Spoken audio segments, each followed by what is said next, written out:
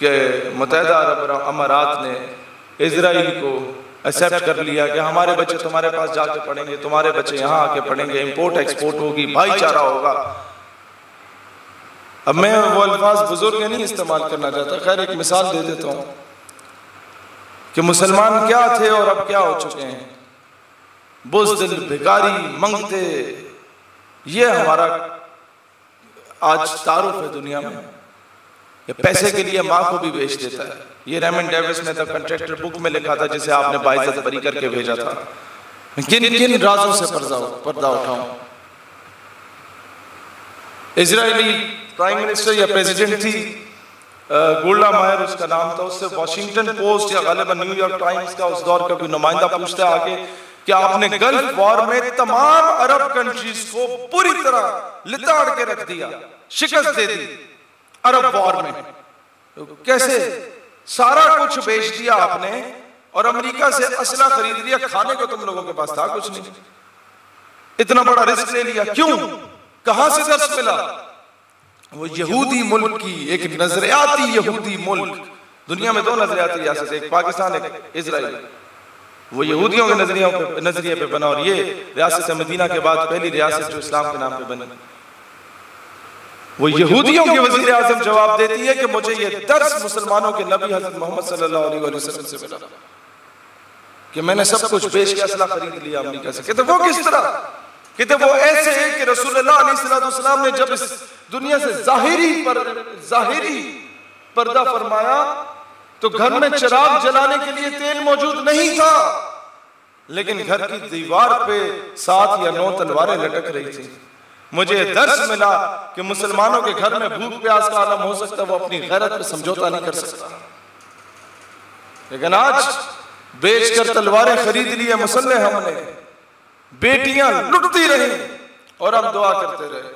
मुझे दुख होता है कि जब हम भी यहाँ दुआ करें, वजीर आजम भी दुआ करे, भाईजान आप फिर वजीर आजम किस काम के, आपने भी दुआई करा के कश्मीर आजाद करवाना है। कुर्सी है तुम्हारी, ये जनाजा तो नहीं है, कुछ कर नहीं सकते तो उतर क्यों नहीं जाते। अल्लाह वतन को जो मेरे लूट रहे हैं, ये देश के गद्दार हैं, मर क्यों नहीं जाते। किस किस नाम पे हमारे साथ धोखा हुआ। मैं इस्लामाबाद से कराची आया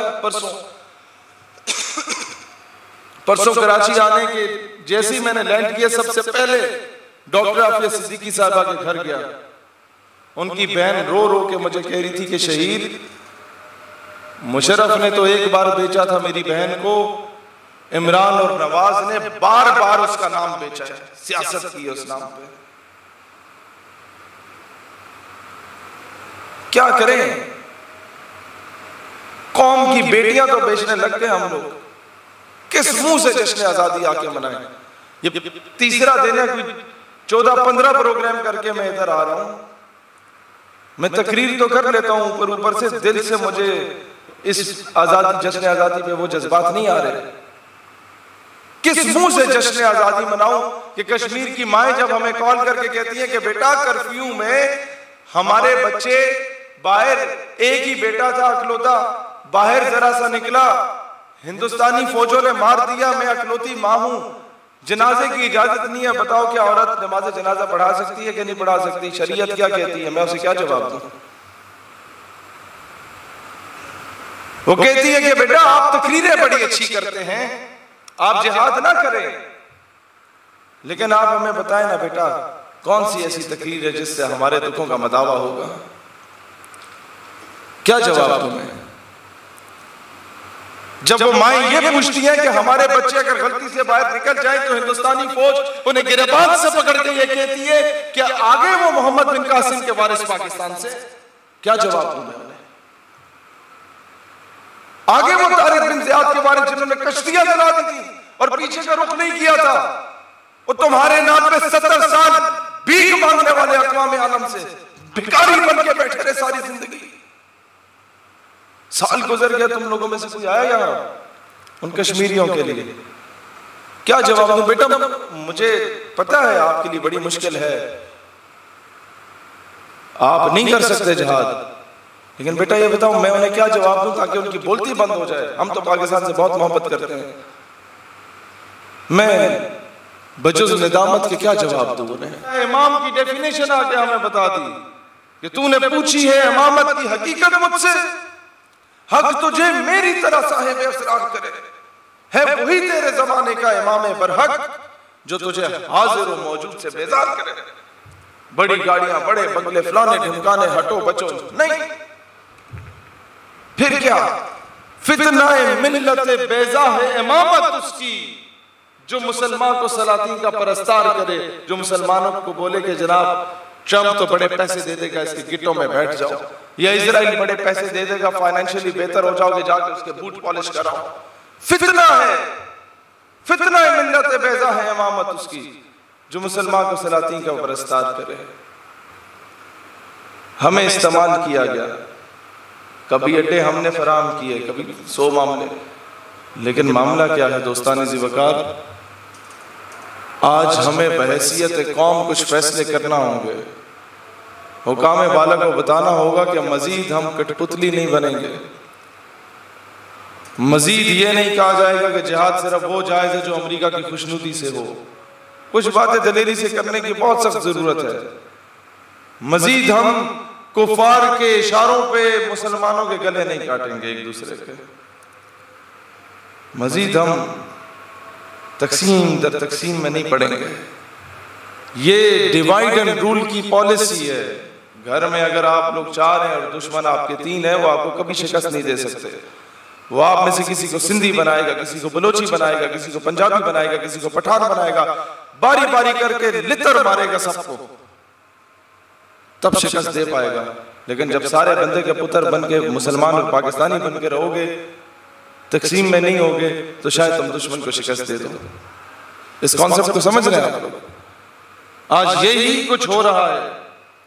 कहीं महाजर के नाम पे तकसीम करने की कोशिश की जा रही है। मैं तीसरा दिन है कराची में, मैं यह बात बार बार दोहरा रहा हूं कि जो अपना तन मन धन जान माल इज्जत आबरू सब कुछ कुर्बान करके भारत से पाकिस्तान आया, वो महाजर नहीं, वो हमसे बड़ा पाकिस्तानी है। हम तो पले बड़े यहाँ पे, हम तो पैदा यहाँ पे हुए, वो ज्यादा हकदार है। यहां पर कोई रेडी लगाने वाला पठान तो मैं नजर आया, उसे सीने से लगाओ, तब जाकर पाकिस्तान मुस्तहकम होगा। इकबाल रहमतुल्लाह अलैह को सख्त नफरत थी ऐसी हरकतों से। कहते हैं ताजा खुदाओं में बड़ा सबसे वतन है, जो पैरहन है इसका वो मजहब का कफन है। बुताने रंग को तोड़ कर मिल्लत में गुम हो जा, ना तूरानी रहे बाकी, ना ईरानी, ना अफगानी, क्या रहे बाकी? मुसलमान रहे बाकी। बार बार इकबाल रहमतुल्लाह अलैह से पूछो क्या कौमियत का तसव्वुर क्या है? जवाब में कहते हैं बाजू तेरा तौहीद की कुव्वत से कभी है, इस्लाम तेरा देश है, तू मुस्तफवी है। तुम्हारी आइडेंटिटी, तुम्हारी आइडियोलॉजी, ये सब कुछ इस्लाम होना चाहिए। बार बार आके गैरत का, दिलेरी का दर्स इकबाल रहमतुल्लाह अलैह ने हमें दिया। इकबाल पढ़ा एक मकड़ा और मक्खी, एक पहाड़ और गुलेरी, और लब्बे आती है दुआ बन के तमन्ना मेरी। वो गैरत, हुर्रियत, हमियत, वो हमियत नाम था जिसका, गई तैमूर के घर से, वो हमियत का दर्स इकबाल का नहीं पढ़ाया गया। वो इश्क रसूल का दर्स इकबाल का नहीं पढ़ाया गया। वो जुर्रत और बहादुरी का दर्स इकबाल रहमतुल्लाह अलैह का नहीं पढ़ाया गया। कौम को बुज़दिल और बेगैरत बना दिया गया। सिंड्रेला के मज़ामीन पढ़ाओ, मिस्टर चिप्स के मज़ामीन पढ़ाओ। माँ बाप से छुप के सिंड्रेला भाग जाती, कौम की बेटी को क्या बना रहे हो? तो खुद हम लोग उस पर मुसल्लत कर रहे हैं चीजें। इकबाल बार बार